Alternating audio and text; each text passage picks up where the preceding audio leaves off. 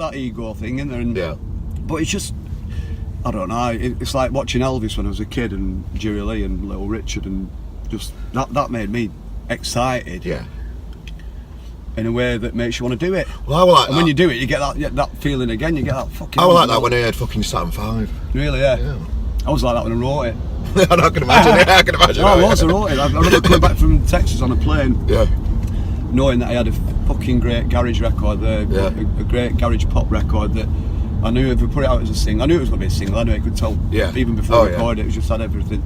And yeah, it turned out great. And stuff going that way to go back where we were. Yeah, that's good, yeah. And the video was one of the highlights of our career for me, that being able to fly out to Texas just to do a film. Yeah.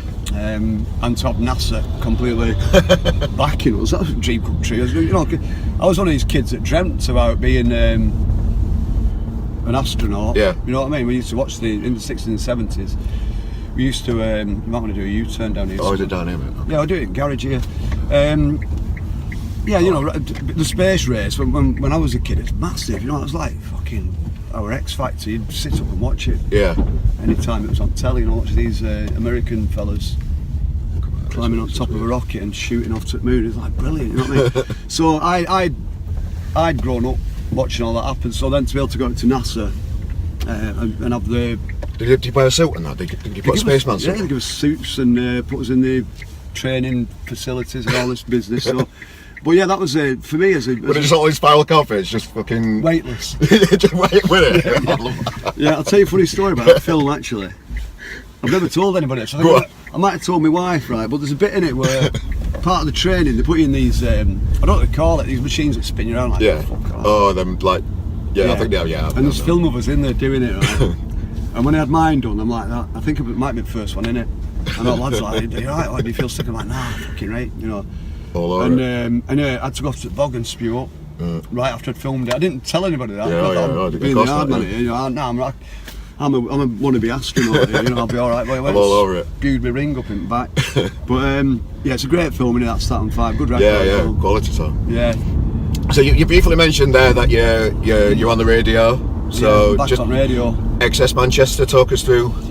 It's Let's funny, pick the guys up. I never set out to get into radio. It all started accidentally back in, when the Inspirals took a break, 95, we knocked the band on the head for a few years, just amicably decided to stop doing it full time, and so we had an 8-year break, 9-year break, and during that point I started getting asked if I wanted to do little radio gigs here and there. So I just thought, I'll play records that I like, you know.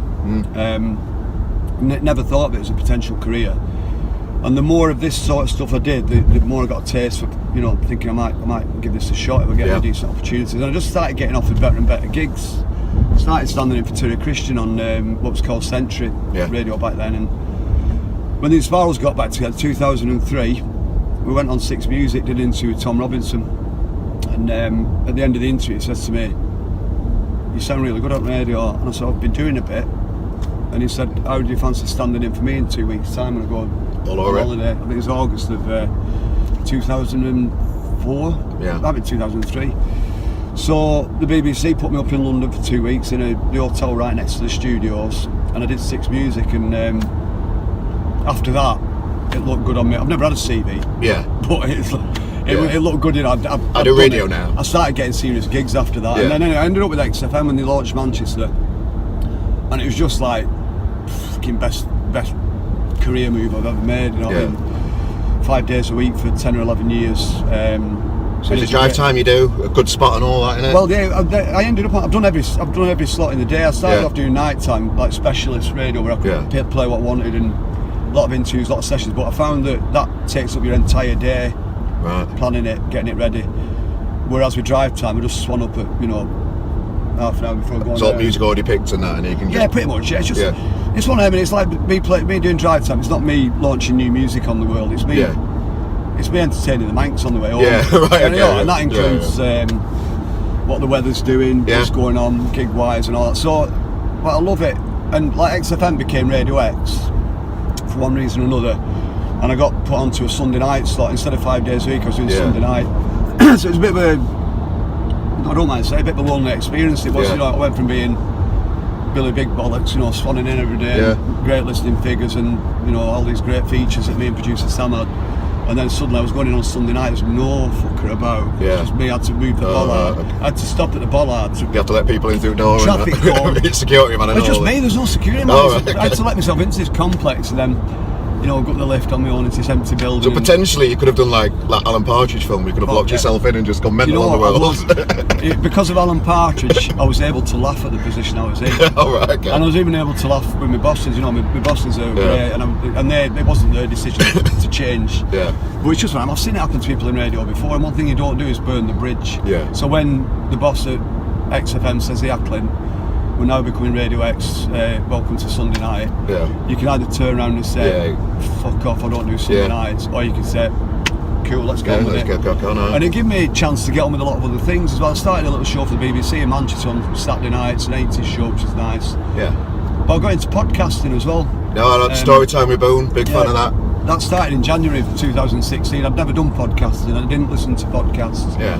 Got a call from an old radio friend saying, "Look, I work for a company now that's putting out these podcasts. Do you fancy doing one?" And he explained to me what it involved, and so I just went away and started putting them together. Story time with Boon. And well, I know I mentioned it earlier, but you do support a lot of artists, and on that podcast, the first one that you had my mate's Time Sellers on. Oh, that's right. Yeah. I just thought, oh, fucking hell, nice one. He's proper grassroots. It had everything. I wanted it to like. Well, the template on my podcast is 3 stories from my past, which might be in Spirals based or Clint Boon experience or whatever. Just anecdotes, 3 nice anecdotes. A little bit about something personal to me and my family, because we've got a lot of things that we believe in and the way we live is a little bit unusual. And at the end there'd be an unsigned band. Oh, and there'd be a bit me explaining how I wrote a song. Yeah. So it's like 5 parts. But it really bit a nerve, and it won a massive award, you know. We got the Sonys became the Arias in that year, 2016. That's just like the National Radio Awards. And they had a podcast of the year, and I got bronze in that. So bearing in mind that in January I didn't know what a podcast was. Yeah. By the end of January I was doing them every week, every 2 weeks, and then by August I won this fucking massive award. And the people that got gold and silver were both BBC projects. Right. Okay. So you're up against. I mean? So you punch your big guys, then, aren't you? Really? Yeah, but I'm not bragging. I'm just saying. Having that move, whoever made the decision to change XFM to Radio X, gave me an opportunity to try something brand new, a completely new medium, and I fucking smashed it. So I'm not doing it at the moment because I'm back on radio. Have I mentioned that? But yeah, so I know that I can do that, and you know, given the time, I will get back into it and crack on with it. Cause I like it. I like the fact that podcasts as well.